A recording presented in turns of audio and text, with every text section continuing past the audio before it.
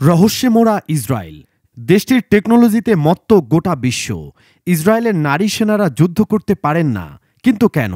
এরা সবথেকে সুন্দরী, লাস্যময়ী কিন্তু ভয়ঙ্কর উগ্র। টাকা ইনকামের জন্য ব্যবহার করে শারীরিক সৌন্দর্য। আজব নিয়মে মোড়া ইসরায়েল। যতই জানবেন ততই হতবাক হবেন। সারা পৃথিবীর কাছে ইসরায়েল রহস্যে মোড়া। পৃথিবীর একমাত্র ইহুদি রাষ্ট্র সম্পর্কে এমন কিছু ভয়ঙ্কর এবং অজানা তথ্য রয়েছে যা আজও মানুষকে অবাক করে। দেশটি পর্যটন শিল্পে খুব একটা বিখ্যাত নয়, নিজস্ব সম্পদের পরিমাণও কম। সেই 1970 সাল থেকে মার্কিন যুক্তরাষ্ট্রের কাছে অনুদান নিয়ে দেশটি উন্নত হতে শুরু করে। তবে 1998 সালের পর অনুদানের পরিমাণ কমে গেলে ইসরায়েল নিজেদের মতো করে খুঁজে নিয়েছে উন্নতির সিঁড়ি। আজ ইসরায়েল কারোর ধার ধারে না। দেশটির নাম শুনলে বিশ্বের বহু দেশ ভয়ে কেঁপে ওঠে। বিশেষ করে ইসরায়েলের গোয়েন্দা সংস্থা মোসাদকে ভয় পায় তাবড় তাবড় দেশ। ভূমধ্যসাগরীয় উপকূলের একসময়ে পিছিয়ে পড়া ছোট্ট এই রাষ্ট্র বর্তমানে সারা বিশ্বে অর্থনৈতিক এবং প্রযুক্তিগত দিক থেকে অন্যতম কেন্দ্রে পরিণত হয়েছে। ইসরায়েলের রয়েছে ডেড সি অর্থাৎ মৃত সাগর। আপনি যদি সাঁতার না জানেন তাহলেও চিন্তা নেই, নির্দ্বিধায় এই সাগরে ঝাঁপ দিতে পারবেন। ভয় নেই, ডুববেন না, জলের উপর ভেসে থাকবেন। এছাড়াও এই জলে রয়েছে জাদুকারী গুণ, যা ত্বকের জন্য মারাত্মক উপকারী। এমনকি এখানে ঘুরতে আসা পর্যটকরা শরীর এবং মুখে সমুদ্রের মাটি মাখে। জানেন বিশ্বের সর্বাধিক সংখ্যক মোবাইল ফোন অ্যাপ্লিকেশন নির্মাণ হয় ইসরায়েলে? এখানে এমন কিছু রেস্টুরেন্ট আছে যেখানে খেতে গেলে আপনাকে অবশ্যই টিপস দিতে হবে। আবার এমন কিছু রাস্তা আছে যেখানে ড্রাইভিং করা সম্পূর্ণ নিষিদ্ধ। দেশটিতে কেউ যদি কোনো খারাপ কাজ করেন তাহলে প্রায়শ্চিত্ত করার জন্য বিশেষ রীতি রয়েছে। অপরাধীকে প্রায় 25 ঘন্টা উপবাস থেকে অনুশোচনা প্রকাশের সুযোগ দেওয়া হয়, যদিও এক্ষেত্রে অপরাধীর প্রকৃতি গুরুত্বপূর্ণ। বছরের নির্দিষ্ট 2টি দিনে ইসরায়েলের সবকিছু 1 মিনিটের জন্য স্থির হয়ে যায়।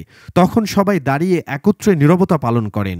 বলা হয় প্রতি সপ্তাহের শুক্রবারের সূর্যাস্ত থেকে শনিবারের সূর্যাস্ত পর্যন্ত জেরুজালেমে গাড়ি চালানো নিষেধ।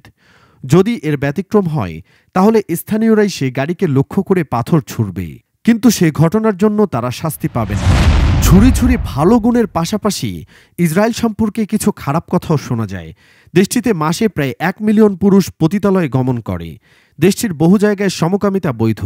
ইসরায়েলি নারী সেনাদের বলা হয় উগ্র প্রকৃতির সুন্দরী। তারা যেমন সুন্দর তেমনি ভয়ানক। প্রয়োজনে শারীরিক সৌন্দর্যকে বিনোদনের কাজে লাগিয়ে টাকা ইনকাম করে। এই নারী সেনারা বিশ্বের সবচাইতে সুন্দর, লাস্যময়ী এবং উগ্র প্রকৃতির। তারা টাকার বিনিময়ে অনেক কিছুই করতে পারে। এমনকি টাকার জন্য তারা পতিতালয়ে যেতে রাজি হয়ে যায়। নারীদের যুদ্ধ করতে না দেওয়ার কারণটা কি? ইসরায়েল এমন একটি দেশ যেখানে প্রাপ্তবয়স্ক যে কোনো মানুষকে সেনা প্রশিক্ষণ নিতে হবে। সেক্ষেত্রে ছেলেদের নিতে হয় 3 বছরের প্রশিক্ষণ এবং মেয়েদের 2 বছরের প্রশিক্ষণ। নারীদের সেনা প্রশিক্ষণ নেওয়া বাধ্যতামূলক, অথচ নারী সেনাদের যুদ্ধের মাঠে পাঠায় না। ব্যাপারটা কেন একটু গোলমেলে? যে কাজের উদ্দেশ্যে প্রশিক্ষণ, অথচ সেই কাজেই নারীদের কাজে লাগানো হয় না। ইসরায়েল রাষ্ট্র হিসেবে প্রতিষ্ঠিত হওয়ার প্রথম দিকে নারীদের যুদ্ধের মাঠে যাওয়ার অনুমতি দিলেও পরবর্তীকালে নানান কারণে নারীদের আর যুদ্ধক্ষেত্রে পাঠায় না দেশটি। একটা সময় ছিল যখন ইসরায়েলের নারীরা সেনাবাহিনীতে ক্যাডার থেকে শুরু করে গোয়েন্দা নজরদারি চালানো, সৈন্যদের প্রশিক্ষণ দেওয়া, অস্ত্র পরিচালনায় প্রশিক্ষণ দেওয়া, যোগাযোগ ব্যবস্থার কাজসহ সামরিক বাহিনীর উচ্চ পর্যায়ের সমস্ত কাজের দায়িত্ব নিতে পারত। কিন্তু সময়ের সঙ্গে সঙ্গে সেই নিয়ম পরিবর্তিত হয়। ইসরায়েলের ভেতর থেকে উঠে আসে নানান অভিযোগ। ইসরায়েলের নারীবাদীরা বারংবার মামলা ঠুকেছে ইসরায়েলের ডিফেন্স ফোর্স অর্থাৎ IDF এর বিরুদ্ধে। তাদের যুক্তি, তারা শুধু অধিকারের জন্য নয়, তাদেরকে দায়বদ্ধতার খাতিরে লড়াই করতে হয়। তখন নারীদের বিমান চালক এবং ট্যাঙ্ক ক্রু হিসেবে নিয়োগ দেওয়ার অনুমতি দেওয়া হয়। পাশাপাশি তৈরি করা হয় বিশেষ পদাতিক ইউনিট, কারাকাল এবং Lions of the Jordan valley. এই ইউনিটগুলিতে সৈন্যদের মধ্যে পুরুষ ছিল 1/3 এবং বাকি সবাই নারী। কিন্তু নিয়ম অনুযায়ী কারাকল ইউনিটের সৈন্যরা নিজেদের কাছে খুব একটা বেশি অস্ত্র রাখতে পারত না। মনে করা হয় বহু ইসরায়েলি নারীদের নিম্নমানের প্রশিক্ষণ রয়েছে। এছাড়াও নারী পুরুষ একসঙ্গে থাকলে কোনো ধরনের শৃঙ্খলা মানা হয় না। তরুণ তরুণীরা অবাধে মেলামেশা করতে শুরু করে। 18 থেকে 20 বছরের তরুণরা দলে দলে যোগ দেয় সেনাবাহিনীতে। নারীরা সেনাবাহিনীতে নিয়মিত কাজ করুক কিংবা সরাসরি যুদ্ধে জড়িয়ে পড়ুক, এমনটা চায় না IDF। এমনকি যুদ্ধ ইউনিটে নারীদের ভর্তি এবং সামরিক সরঞ্জাম গ্রহণের ক্ষেত্রে তীব্র বিরোধিতা করেছে। IDF মনে করে যদি কোনো নারীকে ট্যাঙ্কার হিসেবে কিংবা পদাতিক সদস্য হিসেবে নিয়োগ করা হয় তাহলে তিনি শারীরিক গঠনের কারণে একজন পুরুষ সৈনিকের তুলনায় কম কাজ করবেন। তারা কম পরিমাণে গোলাবারুদ বহন করবেন, উপরন্তু বেশি চোট পাওয়ার আশঙ্কা রয়েছে। অপর যুক্তি অনুযায়ী পুরুষের তুলনায় নারীদের সামরিক তত্ত্বজ্ঞান কম।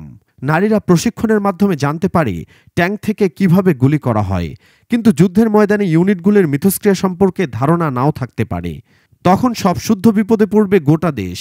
যুদ্ধের ময়দান এমন একটা জায়গা যেখানে মানুষ পাগলের মতো লড়াই করে, তাই ইসরায়েলি নারীরা যুদ্ধ করতে পারেন না।